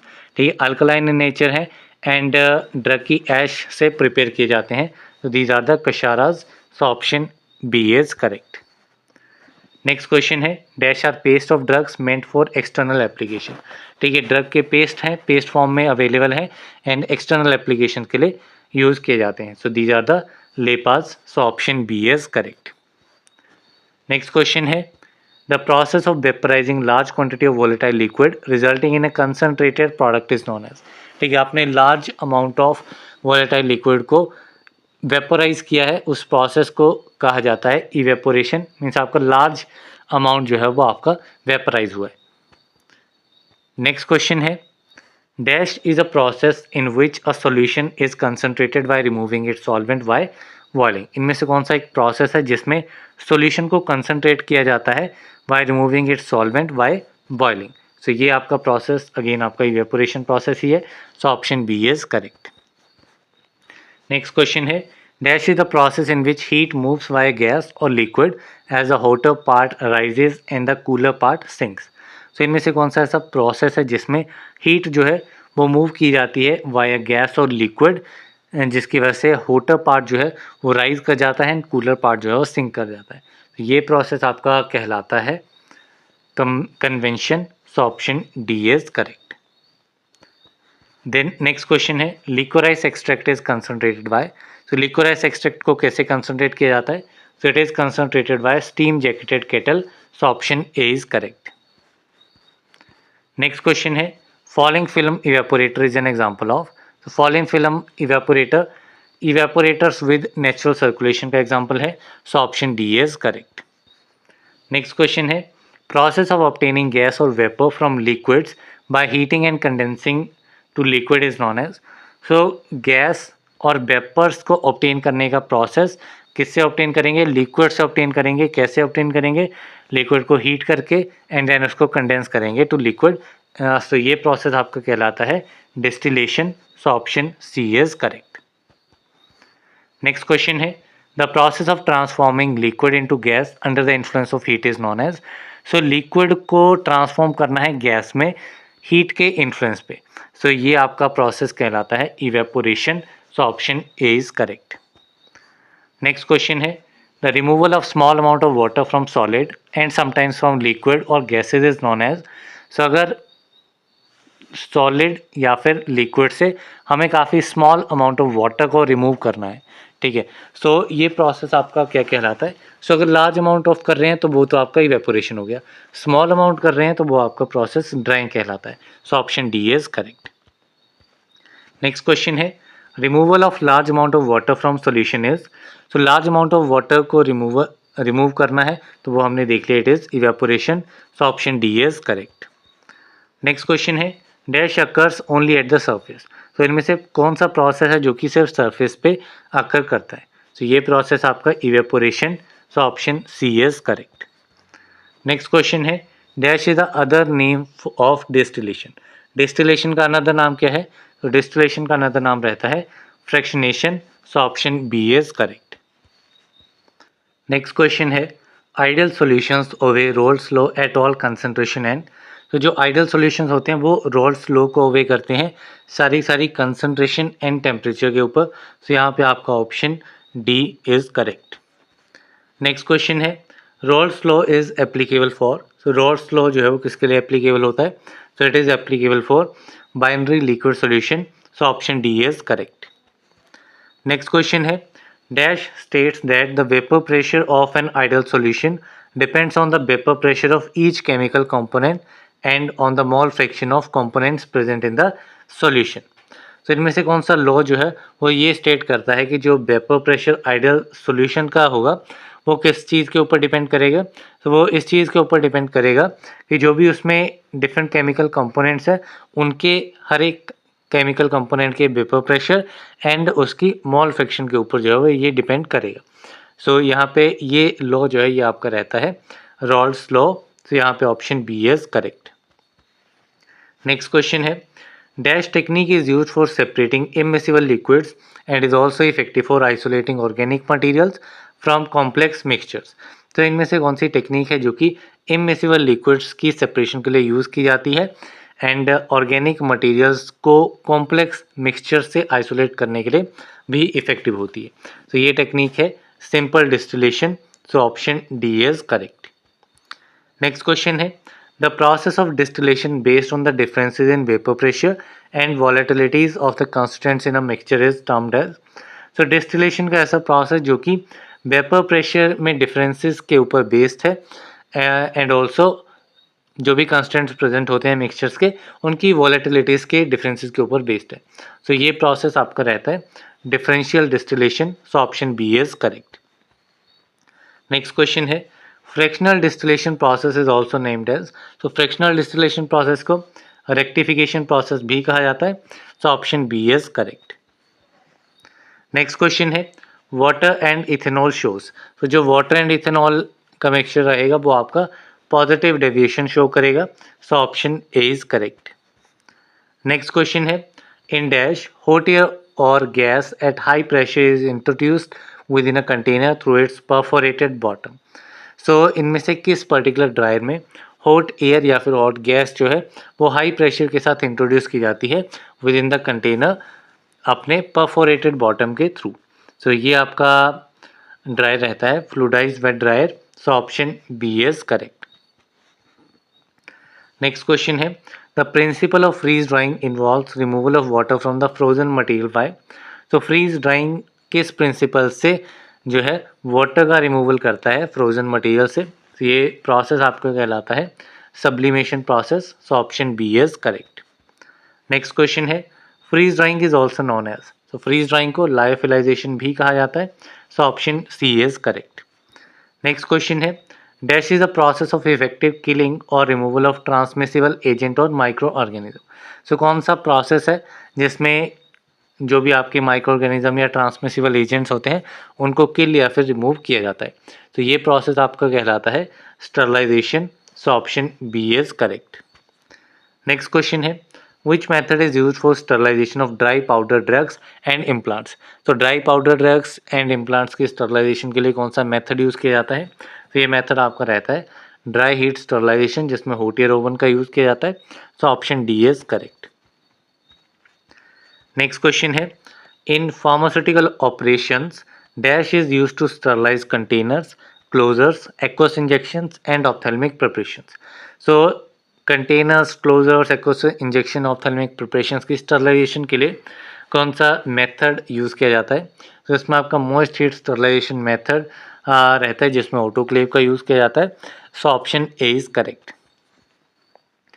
Next question है, dash method is use for sterilization of thermolabile substances.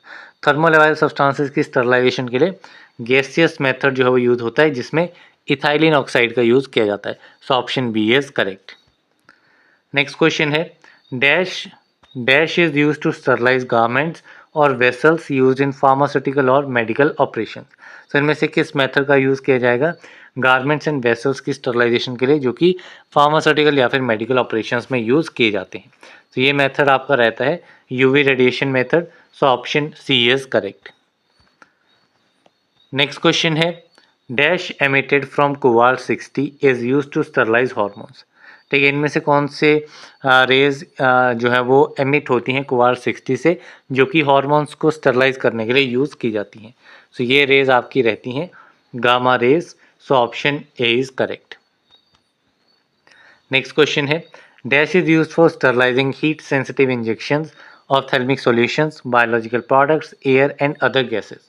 तो इनमें से किस मेथड का यूज़ किया जाएगा heat sensitive injections, ophthalmic solution, biological products, air and other gases की sterilization के लिए? सो ये आपका किया जाएगा filtration sterilization. So option B is correct. Next question है, which of the following methods is used for sterilization of proteins and various heat sensitive drugs. तो इनमें से कौन सा मेथड जो है वो यूज़ किया जाता है proteins and other various heat sensitive drugs की स्टरलाइजेशन के लिए? तो ये मेथड आपका रहता है गैसियस मेथड जिसमें आपका इथाइलिन ऑक्साइड का यूज़ किया जाता है। तो यहाँ पे आपका option D is correct. Next question है, हॉर्मोन्स आर स्टरलाइज बाय। तो हॉर्मोन्स की स्टरलाइजेशन किस मेथड से होती है? तो ये भी आपकी गैसियस मेथड से होती है। इसके अलावा आपका गामा रेस के थ्रू भी हॉर्मोन्स जो है वो स्टरलाइज किए जाते हैं, बट गिवन ऑप्शंस में से आपका gaseous method is also one of the method to sterilize hormones. Next question है, dash kills both vegetative cells and spores. तो इनमें से किस मेथड से वेजिटेटिव सेल्स और स्पोर्स दोनों ही किल होते हैं? तो ये मेथड आपका रहता है स्टरलाइजेशन। सो यहाँ पे आपका option C is correct. Next question है, the time required for reducing survivors by one log cycle means 90% is the decimal reduction time और। सो कितना टाइम आपको रिक्वायर्ड रहेगा 90% बैक्टीरिया की ग्रोथ को किल करने के लिए सिंपल टर्म्स में? सो ये आपका कहलाता है डी वैल्यू। सो यहाँ पे option C is correct. Next question है, the dash is obtained from the slope of thermal death time curve. तो जो थर्मल डेथ टाइम कर्व रहता है स्टरलाइजेशन प्रोसेसेस में, सो इसमें जो स्लोप रहती है वो क्या होती है? तो स्लोप जो है ये आपकी जेड वैल्यू जो है वो आपकी स्लोप होती है। So option B is correct. Next question है, dash is the term use for denoting heat resistance of microorganism. तो इनमें से कौन सी टर्म यूज़ की जाएगी heat resistance of microorganisms को डिनोट करने के लिए? तो ये आपकी टर्म रहती है thermal death time. So option A is correct. Next question है, which of the following is use for disinfection. Disinfection के लिए इनमें से किसका यूज़ किया जाता है? So it is hydrogen peroxide जो कि आपका डिसइंफेक्शन में यूज़ होता है। So option B is correct. Next question है, which of the following is use for moist heat sterilization. Moist heat sterilization में इनमें से किसका यूज़ किया जाता है? तो मॉइस्ट हीट स्टरलाइजेशन ऑटोक्लेव में यूज़ होता है। So option B is correct. Next question है, which of the following is use for dry heat sterilization. तो ड्राई हीट स्टरलाइजेशन में आपका हॉट एयर ओवन यूज़ होता है एंड ऑल्सो आपका फ्लेमिंग जो है ये भी आपका ड्राई हीट स्टरलाइजेशन में ही आता है। So option A is correct. Next question है, dash is used in filtration method of sterilization. So filtration method जो स्टरलाइजेशन का रहता है उसमें क्या यूज़ किया जाता है? तो इसमें आपका हेपा फिल्टर्स जो है वो यूज़ किए जाते हैं, high efficiency particulate air filters. So option B is correct. Next question है, moist heat sterilization utilizes steam in the temperature range of, जो मॉइस्ट हीट स्टरलाइजेशन है उसमें टेम्परेचर रेंज जो है वो क्या रहती है। तो मॉइस्ट हीट स्टरलाइजेशन 121 से लेकर के 134 डिग्री सेल्सियस इसमें टेम्परेचर रेंज रहती है। So option D is correct. Next question है high temperature short time method is also known as, तो जो high temperature short time method है इस मेथड को फ्लैश मेथड भी कहा जाता है। स्टरलाइजेशन के लिए ये आपका मेथड रहता है। So option C is correct. Next question है Bacillus stearothermophilus is use in dash sterilization, तो वेसिलर स्टीरियोथर्मोफाइलस जो है ये आपका किस टाइप की स्टरलाइजेशन में यूज़ किया जाता है।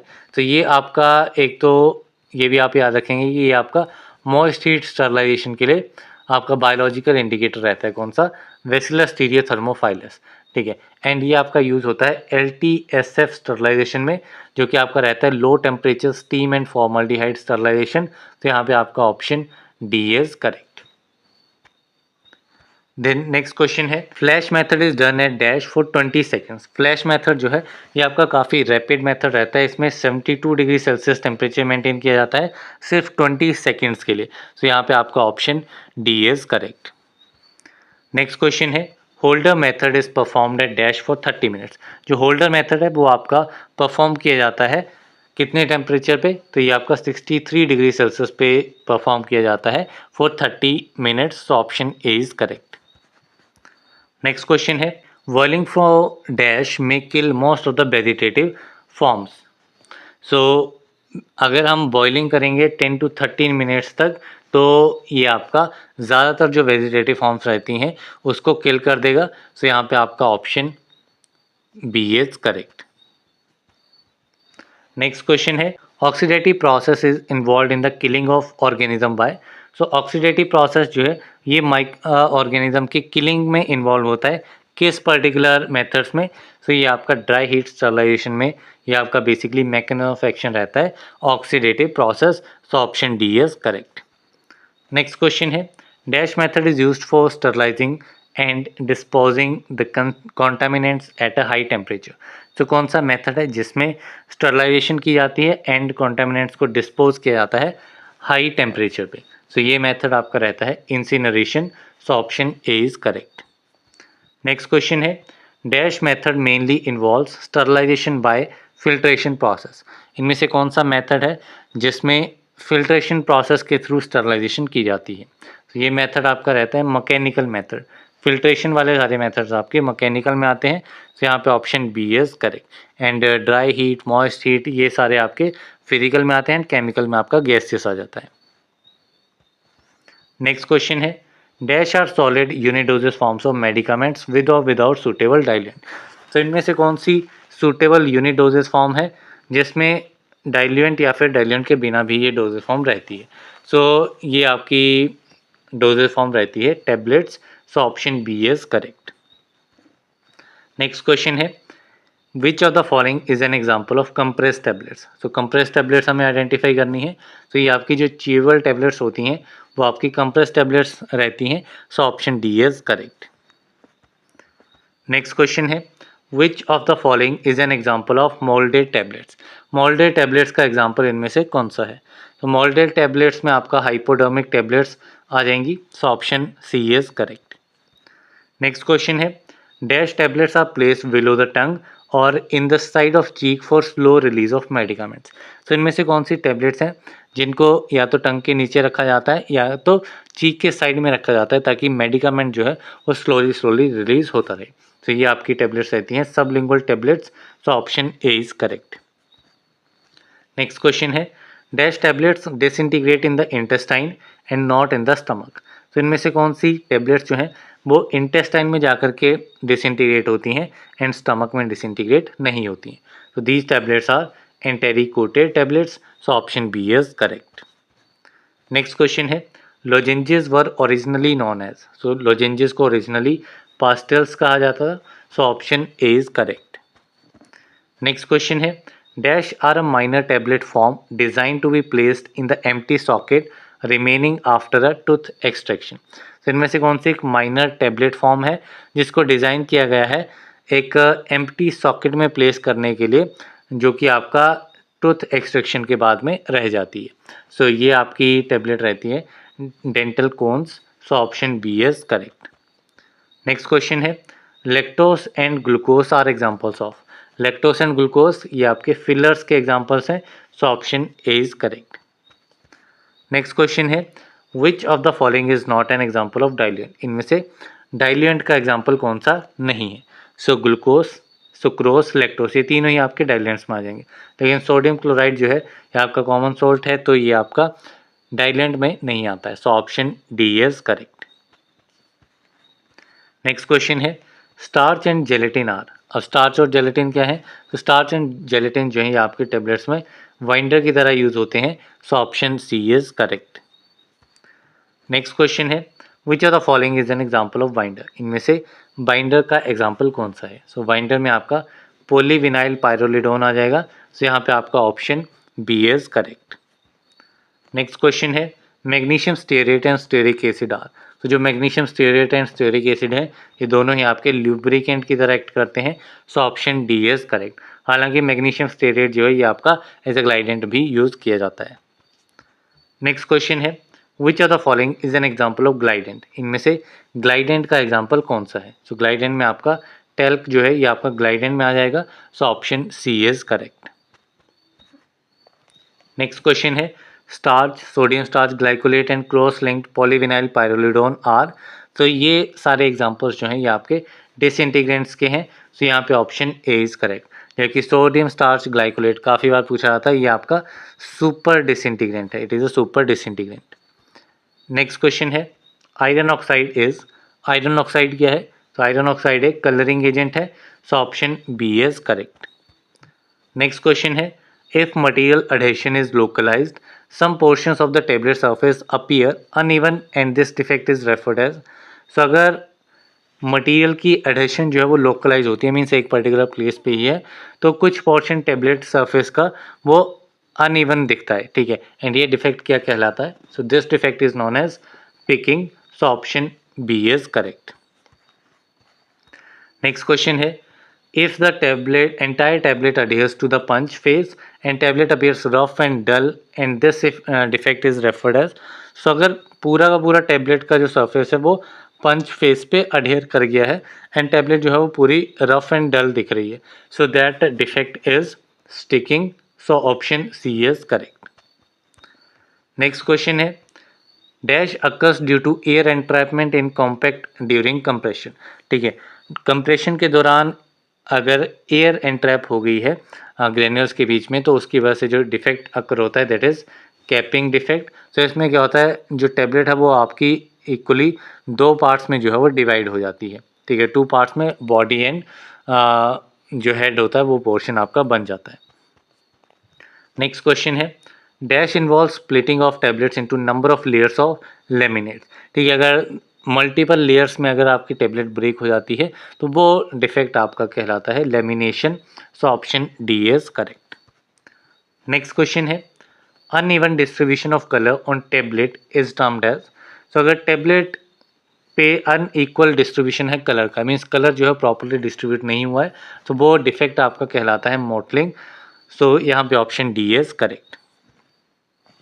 नेक्स्ट क्वेश्चन है tablet thickness should be controlled within dash variation of standard value. जो टेबलेट की थिकनेस है उसको कंट्रोल करना चाहिए, जो स्टैंडर्ड वैल्यू रहती है उसमें +-5 वेरिएशन आ सकती है, तो इसी लिमिट में जो है वो ये कंट्रोल करनी चाहिए टेबलेट की थिकनेस को। So option D is correct. Next question है dash is perform to evaluate the ability of tablets to withstand abrasion in packing, handling and transporting. So इनमें से कौन सा टेस्ट परफॉर्म किया जाता है टेबलेट की एबिलिटी को चेक करने के लिए, इवेल्युएट करने के लिए कि वो पैकिंग, हैंडलिंग एंड ट्रांसपोर्टिंग के दौरान कितना जो है वो प्रेशर अब्रेशन जो है वो हैंडल कर पा रही है। सो ये आपका टेस्ट रहता है friability test. So option D is correct. Next question है HPMC and CMC are examples of. So HPMC hydroxy propyl methyl cellulose and carboxy methyl cellulose. So ये आपके एग्जाम्पल्स रहते हैं फिल्म फॉर्मर्स के। So option D is correct. Next question है titanium dioxide, talc and aluminium silicate are. तो titanium dioxide, talc, aluminium silicate, ये सारे examples हैं ओपेसिफायर्स के। So option B is correct. Next question है cellulose acetate phthalate is a, cellulose acetate phthalate, जहाँ पे phthalate आ जाएगा वो आपका फिल्म फॉर्मर या फिर एंटेरिक कोटिंग मटेरियल रहेगा। It is enteric coated material. So यहाँ पे option C is correct. Then next question है dash causes a rapid buildup to round off the tablet edges. तो इनमें से कौन सा प्रोसेस है जिसमें रैपिड बिल्डअप होता है ताकि टेबलेट के एजेस जो है उसको राउंड ऑफ किया जा सके। तो ये आपका प्रोसेस रहता है सब कोटिंग। सो यहाँ पे आपका ऑप्शन बी इज करेक्ट। सो ये आपका शुगर कोटिंग का वन ऑफ द स्टेप है। नेक्स्ट क्वेश्चन है dash provides a moisture barrier and hardens the tablet surface. तो इनमें से कौन सा प्रोसेस है जो कि मॉइस्चर बैरियर की तरह एक्ट करता है एंड टेबलेट सरफेस को हार्ड कर देता है। सो ये आपका प्रोसेस कहलाता है सीलिंग। सो ये भी आपका जो है बेसिकली आपका शुगर कोटिंग का एक प्रोसेस रहता है। पहला स्टेप रहता है सील कोटिंग। सो उसी का ये एग्जांपल दिया गया है कि इसमें मॉइस्चर पेनिट्रेशन को अवॉइड किया जा सके, इसलिए सील कोटिंग जो है वो की जाती है। नेक्स्ट क्वेश्चन है dash are solid dosage forms in which one or more medicinal and inert ingredients are enclosed in a small shell usually made up of gelatin. तो इनमें से कौन सा एक सॉलिड डोजेज फॉर्म है जिसमें एक या फिर एक से ज़्यादा मेडिसिनली या फिर इनर्ट इंग्रेडिएंट्स को एनक्लोज किया जाता है एक स्मॉल शेल में जो कि जेलेटिन से बना होता है। तो ये आपके रहते हैं कैप्सूल्स। तो यहाँ पे option B is correct. Next question है the shorter piece is called the cap which fits over the open end of the longer piece called the. तो जो शॉर्टर पीस है उसे कैप कहा जाता है जो कि एक ओपन एंड लॉन्गर पीस के ओपन एंड पे फिट हो जाता है एंड जो कि आपका कहलाता है बॉडी। ठीक है, तो बेसिकली आपकी एक बॉडी रहेगी, बॉडी के ऊपर एक कैप जो है वो फिट हो जाएगी। नेक्स्ट क्वेश्चन है hard gelatin capsules are available in various sizes designated by numbers from 0002 to. So hard gelatin capsules जो है वो डिफरेंट साइजेस में मिलते हैं। सो जो सबसे बड़ा साइज रहता है वो 000 रहता है एंड ये आपका सबसे कम जो है वो आपका रहता है 5। सो यहाँ पे option B is correct. Next question है the most commonly use opacifier in capsule is. तो कैप्सूल में सबसे ज़्यादा यूज होने वाला ओपेसिफायर कौन सा है? तो ये आपका टिटेनियम डाइऑक्साइड है। So option C is correct.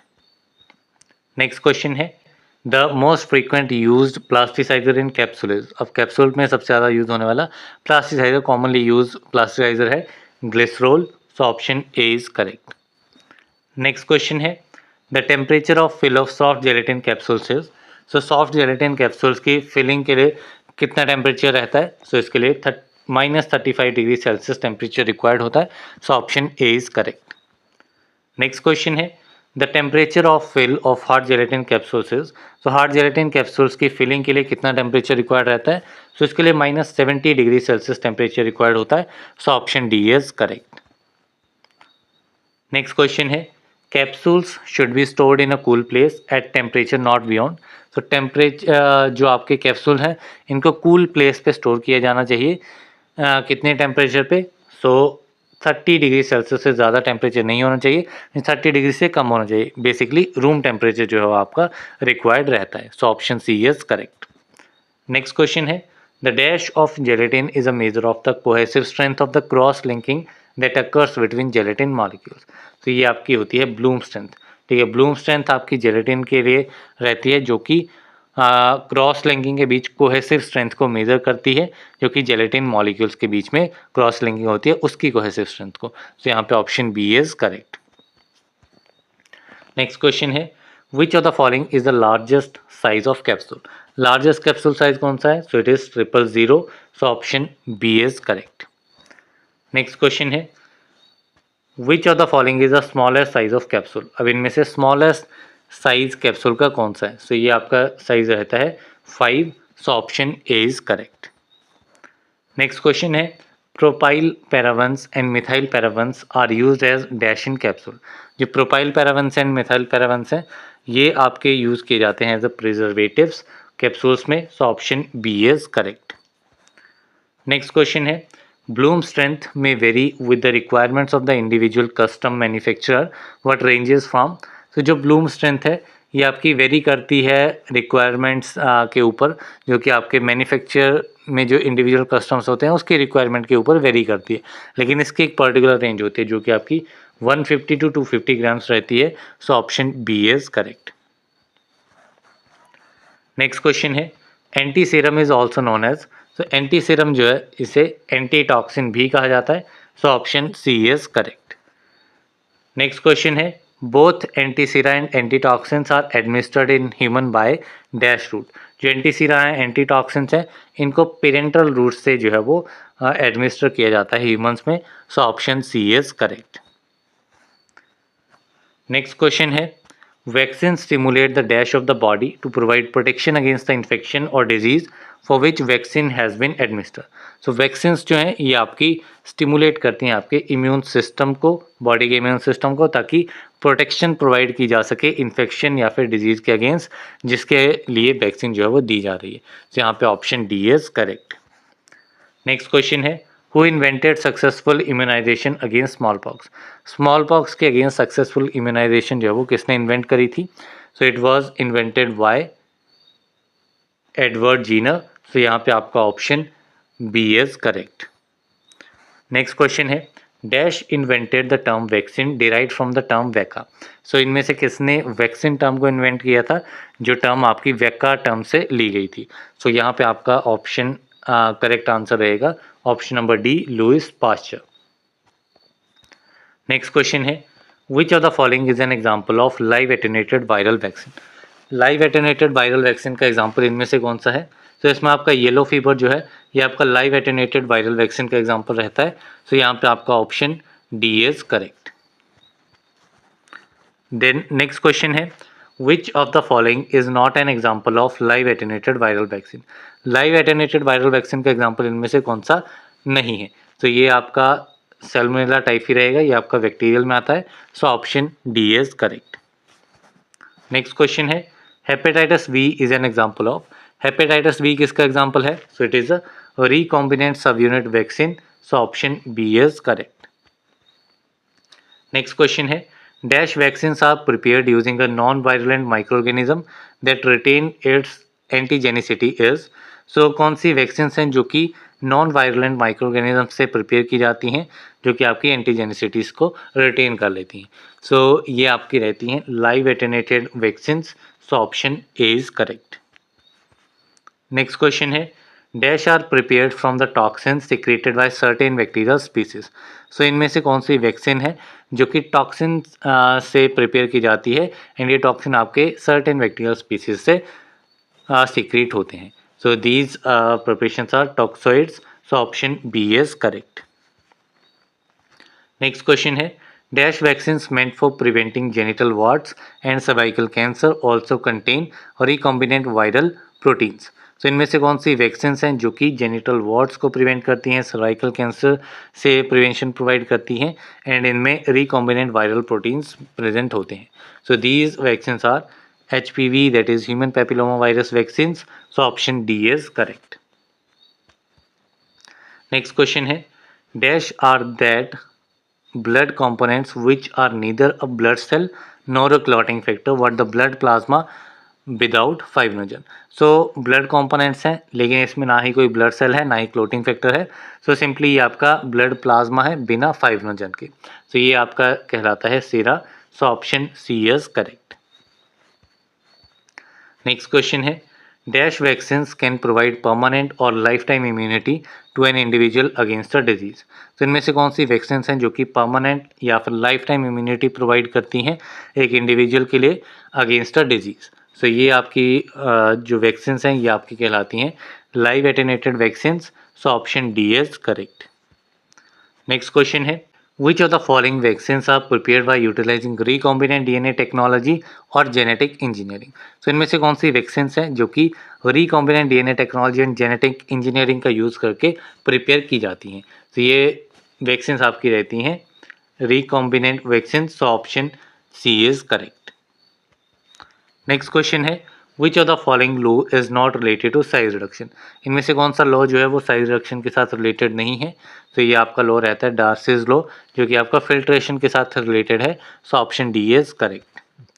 Next question है wall mill works on the principle of, तो wall mill impact and attrition दोनों प्रिंसिपल पे काम करता है, so option C both A and B is correct.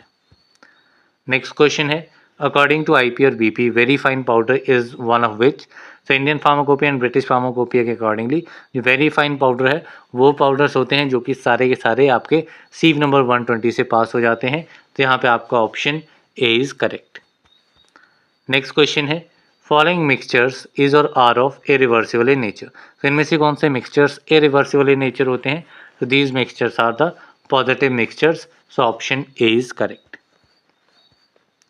Next question है, following is most widely use for extraction of volatile oils, volatile oils के extraction के लिए सबसे ज़्यादा यूज़ होने वाले कौन से डिस्टिलेशन मेथड है, तो ये आपका रहता है steam distillation method, so option A is correct. Next question है, fixed oils can be extracted using, तो फिक्स्ड ऑयल्स की एक्सट्रैक्शन जो है ये मॉलिक्यूलर स्टिल की हेल्प से होती है, so option B is correct. Next question है, desiccation is the term use for, तो जेल्सिकेशन टर्म जो है ये आपकी यूज़ की जाती है for freeze drying, so option A is correct. Next question है, दीवार फ्लास्क आर यूज इन, तो दीवार फ्लास्क यूज़ की जाती हैं in freeze drying, so option C is correct. Next question है, integrity test are intended for following filters, integrity test किस type के filters के लिए इंटेंड किए जाते हैं, so they are intended for membrane filters, so option C is correct. Next question है, the equation describing the factors affecting the rate of filtration, तो इनमें से कौन सी इक्वेशन है जो कि उन फैक्टर्स को डिस्क्राइब करती है जो कि रेट ऑफ फिल्ट्रेशन को अफेक्ट करते हैं, तो ये इक्वेशन आपकी रहती है Darcy's equation, so option A is correct. Next question है, डोहरिंग्स रूल इज रिलेटेड टू, तो डोहरिंग्स रूल जो है ये आपका डिस्टिलेशन के साथ रिलेटेड है, so option B is correct. Next question है, talcum powder is commonly sterilized by, तो टेल्कम पाउडर जो है ये आपका ड्राई हीट स्टरलाइजेशन से स्टरलाइज होता है, so option A is correct. Next question है, biological indicator use for moist heat sterilization is, moist heat sterilization के लिए बायोलॉजिकल इंडिकेटर है Clostridium sporogenes and also Bacillus stearothermophilus, वो आपका मेन है, एंड इसके अलावा क्लोस्ट्राइडियम स्पोरोजीन्स भी आपका बायोलॉजिकल इंडिकेटर रहता है मॉइस्ट हीट स्टरलाइजेशन के लिए, so option C is correct. Next question है, which of the following is dry heat sterilization method, इनमें से ड्राई हीट स्टरलाइजेशन मेथड कौन सा है, तो इसमें आपका इंसिनरेशन फ्लेमिंग दोनों ही आपके ड्राई हीट स्टरलाइजेशन में आते हैं, हॉट एयर ओवन वो सारे आपके ड्राई हीट में आते हैं, तो यहाँ पे आपका option C both A and B is correct. Next question है, which method is use for the sterilization of milk, milk की स्टरलाइजेशन में कौन सा मेथड यूज होता है, तो ये मेथड आपका रहता है pasteurization method, so option A is correct. Next question है, method use for sterilization of culture media is, culture media की स्टरलाइजेशन के लिए टिंडलाइजेशन मेथड होता है, so option D is correct. Next question है, mechanism of sterilization for dry heat sterilization is, dry heat sterilization के लिए mechanism रहता है oxidation of proteins, so option A is correct. वहीं पे मॉइस्ट हीट के लिए आपका डीनेचुरेशन कोगुलेशन ऑफ प्रोटीन, ये आपका मॉइस्ट हीट स्टरलाइजेशन के लिए रहता है।